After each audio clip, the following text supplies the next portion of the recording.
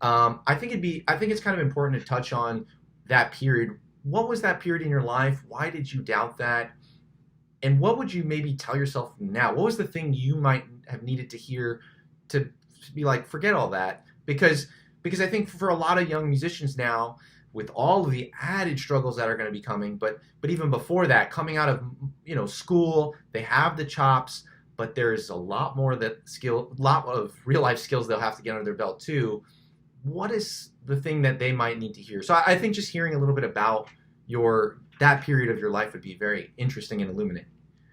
Right. Well, yeah. I mean, I had been in a band in high school, and we had a little label that was sort of nibbling around, maybe trying to give us a little record deal, and then it all fell apart in a sort of a dramatic fashion, and I just got a little disillusioned with the idea of the music business, and I was, young, 18, 19. It was probably 17, 18, 19. Those were the years when a lot of people are really starting to think about what am I going to do with my life. And I knew I loved music, but I just wasn't sure that it was a feasible career path.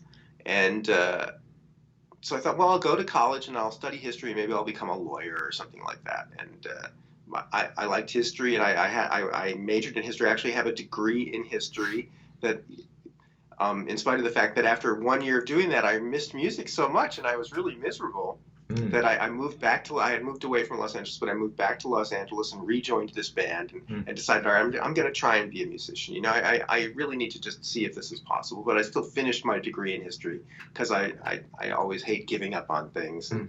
But I was a really half-assed student, and I was out in clubs at 2 o'clock in the morning and dragging myself into class in the morning and just, squeaked through and got my degree.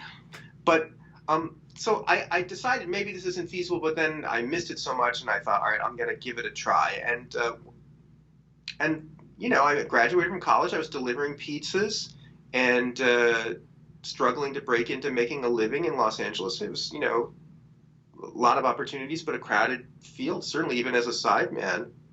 I was in that band. We tried to get a record deal. It all fell apart. And finally, I was able to get my first sort of touring gig about 3 years after I graduated from college.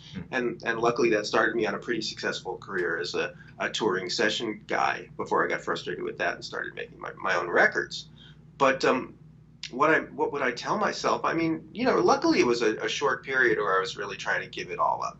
I mean, Mhm. I hardly even played my horn at all for about a year Mm. and I was just so miserable. So I think that the message I get from that is that if it's in you to be a musician, you know, um, that passion, that sense that you couldn't do anything else and be happy, and that's what I think I realized that I owed it to myself to try this. And then once I had made that decision, I was happy, even though I wasn't successful.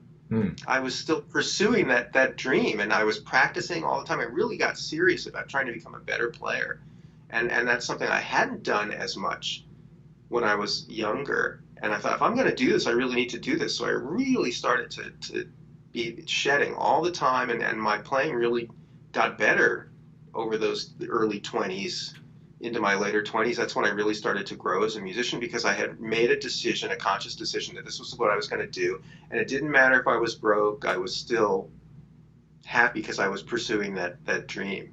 Yeah, that internal shift is was really the big difference to the way Yeah. you made that internal decision.